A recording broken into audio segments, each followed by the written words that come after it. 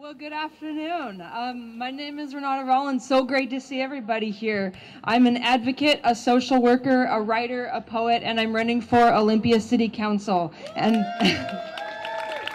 and I wholeheartedly endorse the Whole Washington Initiative for universal single-payer health care for Washingtonians. Thank you. Thank you, Whole Washington. I think as a candidate, and if elected, I believe I would be the only member of City Council who only has health insurance thanks to Apple Health. So I'm grateful for the work that has been done actually for decades to get us to the point we are, and we are all part of that river moving forward to have a better healthcare system for all.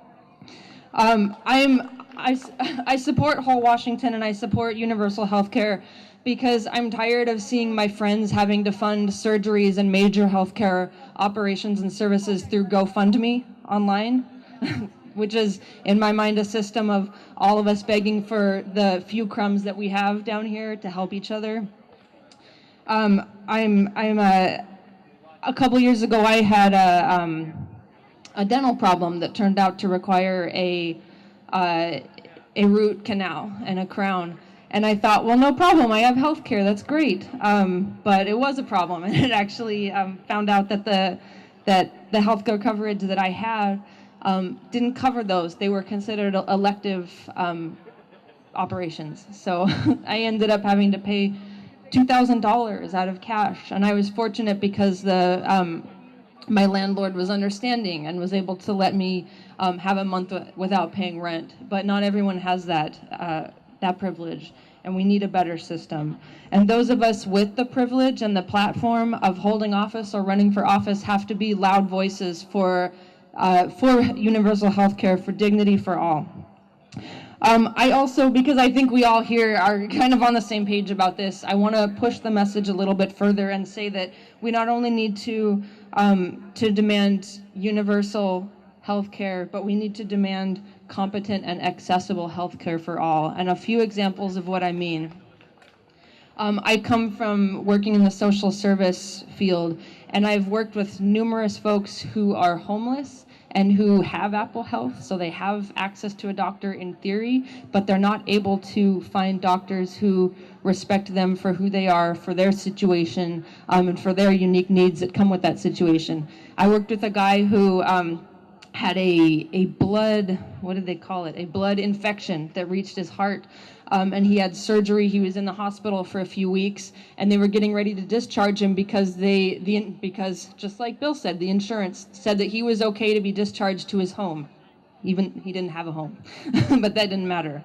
I know a friend of mine, a woman of color who has children. When she brings her children in for their health, for whatever's going on with their health, a lot of times she is meeting with doctors who don't believe her, don't believe the symptoms. And I know a lot of women in general who have that experience as well. Also, for those of us who are queer or part of the transgender community, we need to have healthcare providers who are competent to our unique needs. Where we are in history, our focus as a movement has to be closing the gaps between disparate groups, closing the gaps between each other as individuals, as cultures, as communities. And a big part of that is closing the healthcare gap. So thank you, Whole Washington, for leading that initiative in our state. Onward.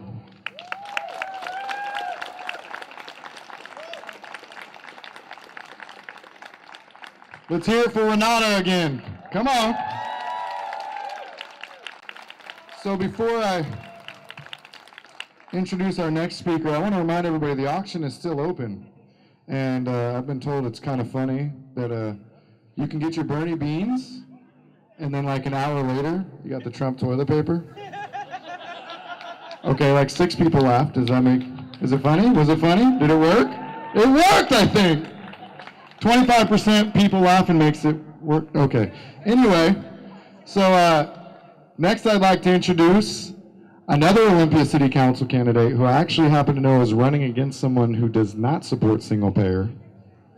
And her name is Lisa Parshley. Please welcome Lisa.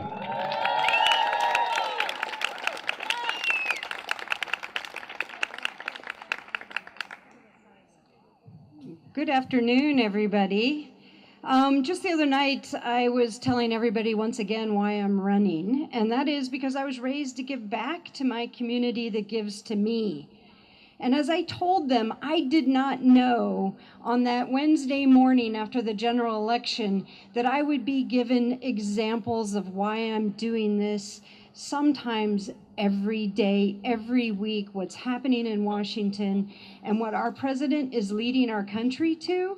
So I am here because if we're going to have any impact on Washington, it starts in our local area. It starts in our small towns. It starts in our mid-sized towns. It starts in our counties, and it goes to our state. And we turn to Washington, D.C., and we say, hell no. We are not bigots, and we will not have a president who promotes it. We will not do that.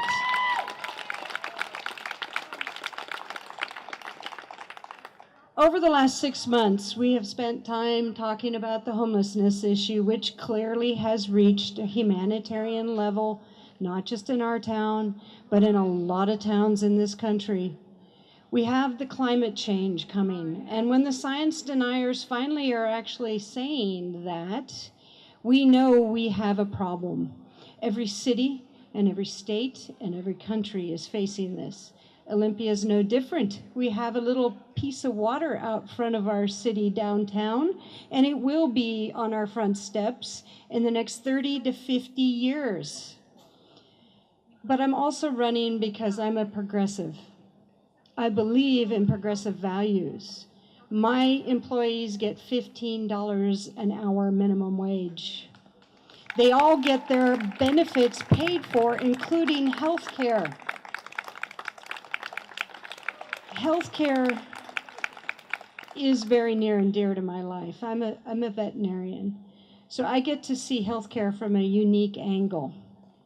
And while I talk about my mom, who was a school teacher and did most of the raising for us, the reason she did that is my dad was a doctor, and his dad was a doctor, and my sister's a doctor. And I know what the healthcare system has done. If you could have talked to my grandfather, who was practicing during the Depression, got his MD in the 1920s. He said that during the Depression, I didn't have a lot of money in my pocket, but my roof was repaired. My garden was full. We had enough food on the table. But you want to know what? In the Depression, we did not have? We did not have the insurance companies. We did not have the drug companies. Most of the drugs during that time were sent out to compounding pharmacies. It wasn't until we developed the tablet and a way to mass produce drugs that we had the drug companies enter the healthcare issue. It wasn't until we got preventative insurance in the 1960s and 70s, which, by the way, my grandfather was adamantly against, that we started to have the insurance companies dictating to doctors what they can and cannot do. That is wrong. When I have a sister who's currently practicing medicine in Portland and Oregon, by the way, she says she wishes she could be here on the steps, yelling very loud for single payer. And you could follow her, by the way, on Twitter.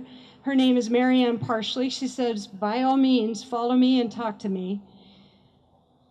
She told me a story once that curled my toes. A woman came into her with a lump in her breast. She applied to the insurance company and asked them for permission to do a mammogram and get a surgical oncology consult. The insurance company said, I'm sorry, she's reached her maximum. She can come back in 6 months. So here is what's happening to the doctors. I just learned a neat statistic today. 62% of MDs in this country right now are for single payers. We have a friend in those who are in healthcare. I see a friend over here, Tammy, who's a nurse, and she's out here supporting us.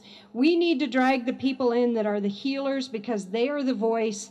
They are the ones that are there because they have a true calling, and single payer is the only way they're going to fulfill that calling. And I can say that for a fact because I come from that family.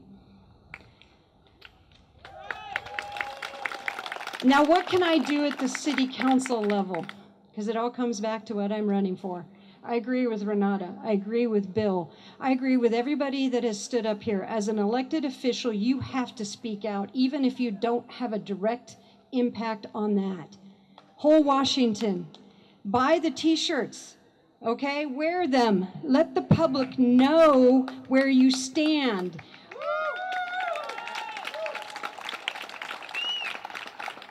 And then when you look locally, help the local governments provide progressive small businesses incentives to do things that we've done, providing health care until we can get that single payer. And you should reach out to your representatives in DC and say, keep doing the good fight, because until we get the single payer Affordable Care Act is what we have, and we have to protect it. And maybe it needs being fixed, but we have to protect it. And one day we will have universal health care, because as Thomas Jefferson said, we hold these truths self-evident: pursuit of liberty, happiness, and I forget the other one, but I would add life. Life, thank you. I was hoping somebody would come up and save me, because quite frankly, I'm dyslexic, so if I have to read something in front of you, it'll come out completely different. But I would hazard to guess that Thomas Jefferson would also say education and health care and the right to live, okay? That is what we are here fighting for. I'm Lisa Parshley. I'm running Olympia City Council, position number 5. Thank you.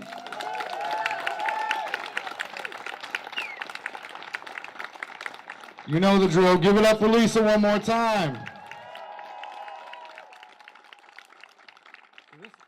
This is one of my favorite parts of every event is the thank yous. To learn more about Lisa Parshley, visit her website at lisaforolympia.com. Paid for by the Committee to Elect Lisa Parshley for Olympia City Council, position 5.